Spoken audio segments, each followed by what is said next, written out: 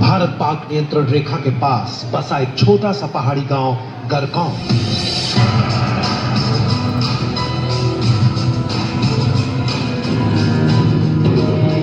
कोई 500-700 की आबादी होगी इस गांव की। सीमा रेखा के पास होने की वजह से इस गांव में फौजियों की आवाजाही रहती है, लिहाजा गांव के लोग फौज की चिंताओं से वाकिफ रहते हैं। वो जानते हैं कि देश के लिए इस सीमा में क्या खतरनाक है और क्या नहीं। इसी गांव का एक बाशिंदा है ताशी नाम ग्यार। ताशी पेशे से चरवाहा है। अपनी रोजमर्रा की जरूरतों के लिए ताशी ने याक पाल रखे हैं। याक अक्सर चारे की खोज में पहाड़ की ऊंचाइयों में चले जाते हैं।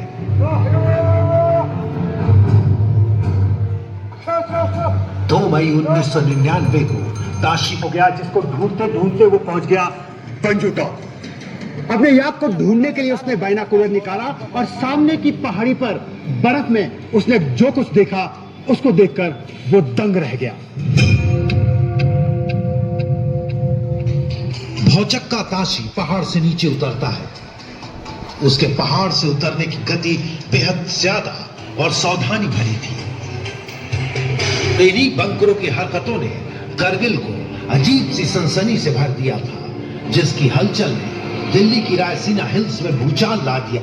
मतलब यही इंटेलिजेंस था और किसी को इतना मालूम नहीं था कि दुश्मन कहां पर किस किस चोटियों पे बैठा हुआ है।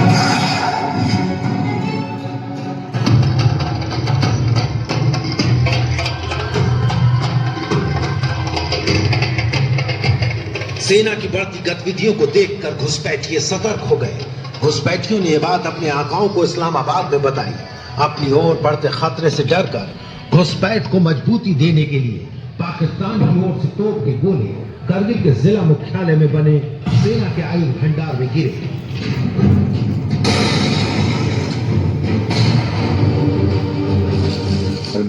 उसमें हुई थी, उसमें ये खबर मिली थी। हमने पूछा था भाई क्यों हो रहा है, क्या हो रहा है। आर्टिलरी फायरिंग भी कारगिल में पाकिस्तान की ओर से ज्यादा होने लग गई। चोटियों में घुसपैठे और करगिल में दुश्मन तोप के गोले। भारत ने बहुत तेजी के साथ इस अचानक उठ खड़ी बारे में सोचा कैसे, और उसके बाद उसके बारे में चिंता करने का समय उस समय नहीं था। उस समय था तुरंत इसका मुकाबला करने का। भारत घुसपैठियों की ताकत और पोजीशन का अंदाजा लगाने के लिए बराबर टोही दल भेज रहा था। ऐसी ही एक गश्त में निकले थे कैप्टन सौरभ कालिया।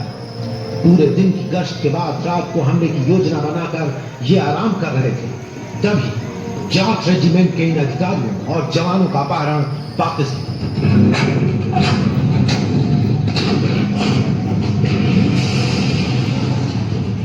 पाकिस्तान की ओर से गोले बेहद सही जगह और सही समय पर गिर रहे थे।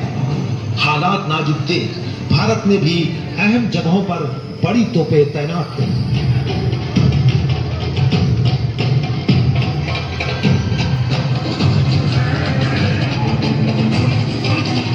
इसके अलावा पाक हमले की सही जानकारी के लिए टोही विमान उड़ाए गए।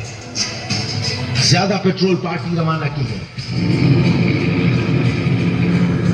पता चला कि मशकों से बटाली के बीच पहले 120 किलोमीटर के दायरे में घुसपैठियों ने जगह अपने बंकर बना लिए।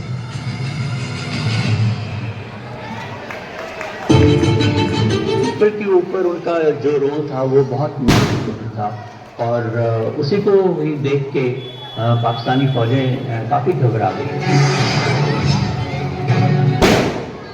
25 मई अटल बिहारी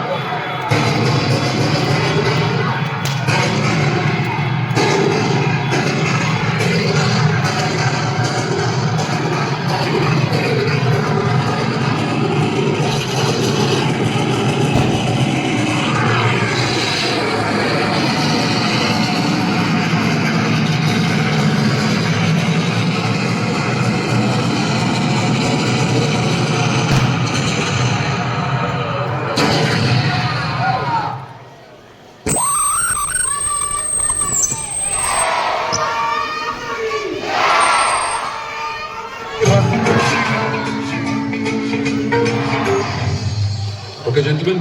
Sir.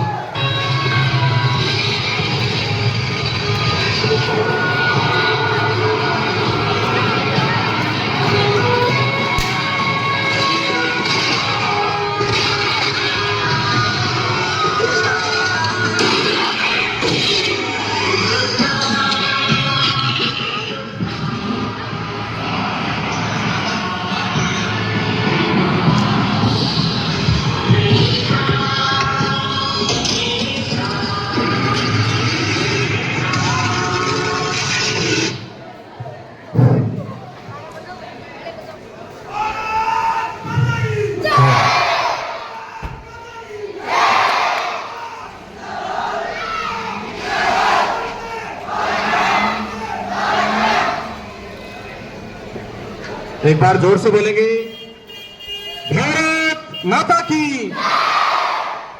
ये जो नाटक था वो जब 1998-99 में कारगिल का युद्ध हुआ था उसके ऊपर नाटक था। जब सर्दियों में भारतीय सेना के बंकर खाली पड़े थे, वहां पाकिस्तानी सेना ने कब्जा कर लिया। और बार कल्पना कीजिए, दुश्मन कई सैकड़ों फुट ऊंचाई पे बैठा है और भारतीय सेना के जवान एकदम नीचे जमीन पे है।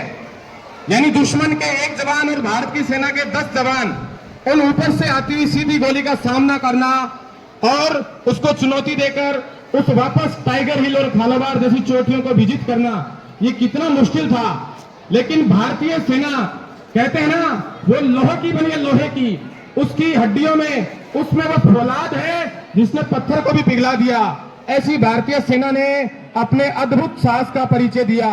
खूब जवान भारतीय सेना के शहीद हुए, लेकिन उस पाकिस्तानी सेना के, उस अराष्ट्रीय लोगों के, आतंकवादियों के दांत खट्टे कर दिए और कारगिल पर, टाइगर हिल पर उन्होंने अपना तिरंगा झंडा लहराया। आज हम ये मन में प्रण करें कि जिन कारगिल में शहीद हुए लोगों ने, सैनिकों ने अपने प्राणों को न्यौछावर किया, हम भी आने वाले समय में आवश्यकता पड़ेगी तो देश के लिए अपने तन मन धन सबको, सर्वस्व को अर्पित कर देंगे। जय हिंद, जय भारत।